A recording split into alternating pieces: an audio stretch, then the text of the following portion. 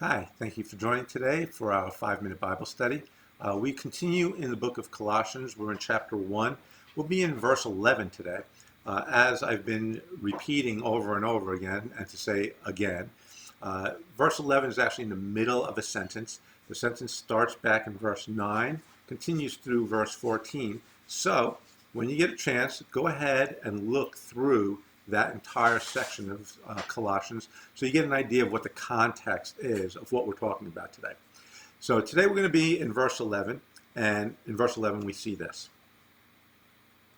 Strengthened with all power according to his glorious might for the attaining of all steadfastness and patience joyously. So that's what we have there. Again, remember, it's the middle of a sentence. So basically, we start with this idea of being strengthened. And the way this verb is, it says strengthened. I'm not doing it. Somebody else is doing it to me. In this case, it's Paul's prayer, and it's Paul's prayer for God to strengthen me. So God is strengthening me. And how's he strengthening me? With all power according to his glorious might. So this is God, right? When we think of God, we think of power, we think of might, we think of glorious might. And this is what Paul is saying. All power, glorious might. And you should think of the Holy Spirit. Because the Holy Spirit is where we really do as Christians receive that power. And so Paul is praying for the Colossians to have the Holy Spirit and his power in their life. He says, all power. So this is full, complete power. Only comes from God. He's the only one that's omnipotent, all powerful. And it says, according to his glorious might. So glorious might, that's God's might. That's God's power. So this is all about the power of God in us. Paul prays that Christians should have the power of God in us. That's what the Holy Spirit is. That's why Jesus gave us the Holy Spirit, so we can have that power. But notice what it says about that power. It says, for the attaining of all steadfastness and patience. Steadfastness is standing firm, standing strong. And patience is long-suffering, dealing with something for a long period of time. So this power that Paul's praying for is not power as in miraculous power. It's not the ability to pray over someone and have them healed or to perform miracles. This is a power that the Holy Spirit enables us to stand firm and long suffer.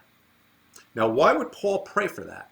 Well, Paul prays for that because he recognizes that the Colossians are going through this difficult time where false teachers are coming into their midst and teaching them false things. We've already talked about how God prayed that they would have the knowledge of the truth, and here now they need the power to stand firm in that truth. So that's what Paul's praying for, that you have that power, because you're not going to be able to do it on your own, because your own human thinking is going to think, that makes a lot of sense, what those false teachers are saying. How many times have we heard people say things to us that are unbiblical, but we kind of almost feel like, that makes sense. I can see that. I can understand that. Bad place to be. We never want to be in a place where we're working in our own power to understand spiritual things.